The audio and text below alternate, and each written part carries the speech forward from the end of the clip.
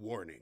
Gory Storytime is a horror movie review show by a son and his dad who thought that letting his 5-year-old watch scary movies was acceptable. If you are offended by horror or talk about blood and gore by a child, or if you don't want horror movies from the 60s through today spoiled, then there is a remote stuck in your couch cushion next to potato chip crumbs. Use it. And of course, parental discretion is advised. Why? You didn't use any. Shut up and start the show.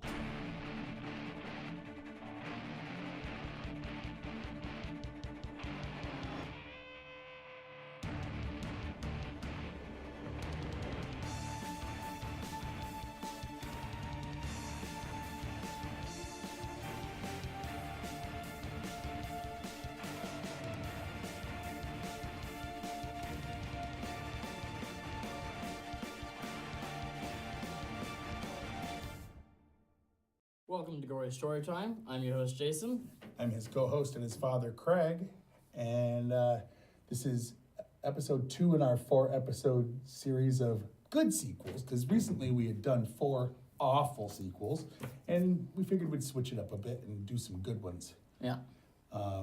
What did we do last time? Because it's been a couple weeks since we've been here, because you've been sick, and... Last week, No, not or last week. episode, we did Friday the 3rd. No, Nightmare on Elm Street 3. Dream Warriors. Right, Dream Warriors. And now we're doing one that's really considered a classic by people that, some people don't even really care for horror, Aliens. But those people try to convince themselves that there's no horror element, it's just a sci-fi movie. Those people are dumb. Yes, they are. Anyway, basic story, Ripley from Alien Yeah. is basically in trouble for the entire crew dying. No one says, they claim they don't believe anything she said about the alien they found. And then they offer her a chance to redeem herself by going out and looking for the same aliens that she found before. Right. And while she's not thrilled, it gets her not in jail. Basically. Right. I mean, she wasn't in jail at the beginning. It was more like a hospital bed, but they were not letting her leave, so call it what you want. Right. And it's full of robots. No. A couple of characters are robots. Couple? Yeah. Wow. Okay. Spoiler, but yes. Did you remember watching the movie? I'm Yes. sorry. No, we had to watch this movie in 2 parts because he's a whiny little bitch. It was time to watch the movie. It's 2 hours long. We got an hour in and, Daddy, I'm tired. I can't stay awake. I got to go tomorrow. I got to go sleep. It's not quite what happened. That's literally what happened. What happened was I said, oh, it's a My good thing eyes we are- started this movie at 10. It's My- 11. I'm tired. I'm going to bed. We started the movie at 8. It was like 9:30 because there'd been some pausing, and he had to go to bed. That is not the case. That is literally what happened. It was later than you're saying. Much later than you're saying. Daddy, I gotta go see. Can I have some more milk? What? What does that even mean? Roll that trailer, Colin. Yeah. And there we go. To destroy them, right? Not to study. Not to bring back. That's the plan. All right, I'm in. There's still no contact with the colony. The xenomorph may be involved. What exactly are we dealing with here? Just one of those things managed to wipe out my entire crew. Ready to get it on. Go! I think we got something here. Ripley. Don't be afraid, come on. I don't know how you managed to stay alive, but these soldiers, we're here to protect you. It won't make any difference. What is that? I don't know. Nobody touched nothing. I got signals, I got readings. There's something moving and it ain't us. Get them out of there! Let's run! I'm scared. Game over, man. It's game over. Get away from her, you bitch! All right. Look at that. The So- trailer doesn't give them too much away. It really- I miss those. It really didn't, but they had 2 hours of footage to pull from, you know what I mean? And I believe the version we watched was the director's cut, right? Which Yeah, had we watched the like a couple minutes extra footage or something like that. Right. But before we get into the behind the scenes information, we have to give a shout out to our sponsors, who for some reason, don't come back ever again. yeah, we have to just keep getting new sponsors. Like, it's strange. But that's how we keep rolling in all this dough. That's what it is. Real money. Oh yeah. And these are real products that actually exist that you can purchase, or places you can go and things you can do. We only do this for those of you playing along at home. This week, Gory Storytime is brought to you by Alf's Home for Aging Aliens. At Alf's, we know how hard it is to retire when you're not human. Due to the prejudice against life forms from other planets, humans complain about all of your quirky ways. They're always like, he ate my pet cat, or if you didn't eat my Reese's Pieces, then where are they? And the ever popular, she won't stop bursting out of my friend's chest cavity. Well, no more. Come to Alf's and spend your golden years in style. That's Alf's Home for Aging Aliens, where we say, no matter your race, if you're from space, come to Alf's and retire with grace. That's good. I like that. I like that quite a lot, actually. And by Newt's and by Newt's Adoption Agency. Are you looking to have children, but you're out of eggs? Does your husband have an empty clip? Okay. The Newt's Adoption Agency is for you. We take in children that are living the streets. Living on the streets. Give them their shots, spay or neuter them, get them fresh new clothes, and find them new parents to take them home. This weekend only, take advantage of our giant liquidation sale. Adopt one child, get two free. That's Newt's Adoption Agency, where our children are guaranteed 100% made in America. All right. That's good. You go first. Now, the meat and beef, as you like to call it, of Yes, the the program. meat and beef, correct. Like most films, the movie wasn't shot in sequence, but for added realism, James Cameron filmed the scene where we first meet the Colonel Marines, Colonial Marines. or whatever. Yeah, whatever. One of the earliest scenes last. This was so that the camaraderie of the Marines was realistic, because the actors had spent months filming together. Huh. Lance Henriksen had privately pledged to quit acting if this part didn't work out for him after years of journeyman roles. It proved to be one of his most successful films. When filming the scene with Newt in the duct, Carrie Henn kept deliberately blowing her scene so she could slide down the vent, which she later called a slide 3 stories tall. James Cameron finally dissuaded her by saying that if she completed the shot, she could play on it as much as she wanted. She did, and he kept his promise. Nice. Well, It does seem fun. Right. The knife trick scene was not in the original script. According to Lance Henriksen, the adding of Hudson's hand to the knife trick was discussed with almost everyone except Bill Paxton. What? Well, gee, how nice of them. In both the standard and special edition versions, the 15-minute countdown at the end of the film is indeed 15 minutes. Al Matthews, who plays a Marine sergeant in this film, was, in real life, the first black Marine to be promoted to the rank of sergeant in the field during service in Vietnam. Well, that's cool. According to Bill Paxton, he improvised many of his lines, including "Game over, man, game over." Game over, man, game over. He was such a whiny little... Anyway. He was whiny. But that might tip my hand as to something coming later on the show. Sigourney Weaver had several notes for James Cameron after reading the script. However, Cameron praised her for never taking issue with the direction he wanted to take the story. Her notes were all about how she felt Ripley should respond to her situations, which he was happy to accommodate. The alien nest set was kept intact after filming. It was later used as the Axis Chemicals set for Batman in '89. When the Batman crew first entered the set, they found most of the alien nest still intact. Lance Henriksen wanted to wear double pupil contact lenses for a scene where Bishop is working in the lab on a microscope and gives a scary look at one of the Marines. He came to set with those lenses, but James Cameron decided he did not need to wear them because he was acting the character with just the right amount of creepiness already. Sigourney Weaver's Best Actress Academy Award nomination for this movie was the first ever for an actress in a role in an action movie. Deserved? When Fox execs saw an early cut of the film, they complained to the producer, Gail Ann Hurd, that it looked like the money had all been spent on sets rather than special effects. Hurd took great delight in telling the execs that the majority of the sets that they were seeing in the film were indeed miniatures or optical effects. The artists behind the images were pleased that their work had fooled the money men.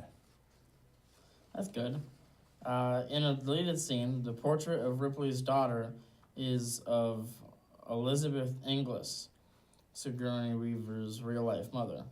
Just remember, she, Right. it had been so many years that her Right. daughter would be adult. Yeah. The spear gun Ripley used at the end of Alien is briefly visible in the opening scenes while the escape pod door is being cut open. Still stuck at the bottom of the escape pod door where the gun jammed 57 years earlier. Only acting role for Carrie Henn. She later became a teacher. The full-size queen puppet was actually too big to fit into the elevator. For the shot where she is seen there, her tail was removed, and yet the back of the elevator still had to be opened to accommodate the prop. Smoke effects, dark lighting, and black curtain at the back obscure this. In other words, That's she had a really big big puppet, yes. When they have landed and deployed the troop carrier, Apone tells the Marines that they have 10 seconds until they arrive. If you count from here until the Marine jumps out of the carrier on his boot, it really is 10, and his boots hit the ground, it really is 10 seconds. The assault vehicle is a modified tow truck that British Airways used for towing airplanes around at Heathrow. The only trouble was the truck that they purchased weighed 75 tons. By stripping most of the lead used in its construction, they were able to remove about 35 tons. Oh my. One of the alien eggs used in the film is now exhibited in the Smithsonian Institution in Washington, D.C. And another one was used for an omelet. No, just kidding. That'd be a big omelet. The special edition includes 17 minutes of extra scenes. Ripley discussing her daughter with Burke. Ripley is demoted by the board. Newt's parents discovering the abandoned ship on LV-426. A tour through the Sulaco prior to the Marines waking up. Hudson bragging about his weaponry. Ripley hesitates before she enters the colony complex on the planet. Robot sentry guns repelling 2 alien raids. The Marines theorizing about an alien leader as the source of the eggs. And Hicks and Ripley exchanging first names.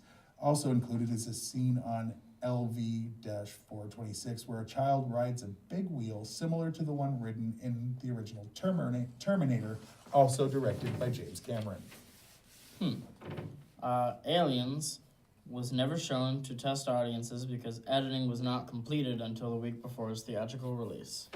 Which is very similar to when Alex had the showing of the second episode of The Vilas Bridge, and he was editing right up until it was time to send him over the file. Right.